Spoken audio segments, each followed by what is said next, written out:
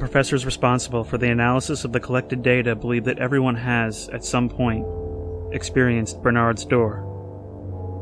32% of subjects interviewed, out of a sample size of 1,300, reported experiencing one or more dreams during the previous 5 years where the door was present. 16% recalled the door from childhood dreams occurring at least 10 years prior to the interview. An additional 19% were able to recall the dream only when placed under hypnosis. 67% of the interviewees have experienced the phenomena. In most experiences, dreams begin in the same house or home that the dreamer occupied during childhood. The dreamer is alone, wandering their home, sometimes searching for something. The door is discovered in a hidden, inaccessible place, most commonly behind a large piece of furniture, such as a bookshelf or a cabinet. The dreamer feels a strong sense of déjà vu, as if they'd known the door existed but had forgotten about it for years. In addition, they feel they can almost remember what's inside. The dreamer is tempted to remove the obstruction and enter the passageway.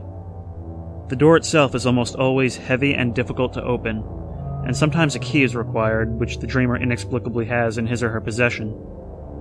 Once opened, a long stairway is revealed which leads up, or in rare cases, down, and out of sight. As the dreamer ascends, a growing sense of dread and irrational terror is felt. Reports grow inconsistent from this point forward, with descriptions varying greatly. One particular scenario was reported with some frequency, in about 27% of instances. In these cases, the dreamer comes to a room at the end of the stairway. Here they find an old toy, painting, or photograph, which they seem to faintly recall from childhood. As the dreamer approaches the object, it suddenly comes to life. The dreamer becomes aware that the object is evil, and will attempt some violence or malicious intent towards them.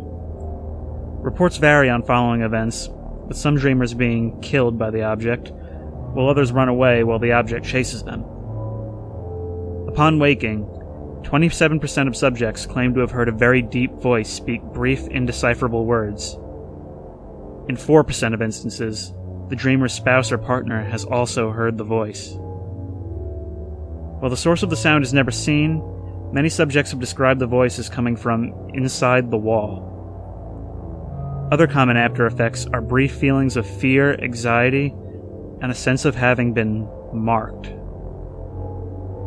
Note that some subjects, upon remembering the dream, felt the desire to return to their childhood home and search for the door or evil object to see if it truly exists.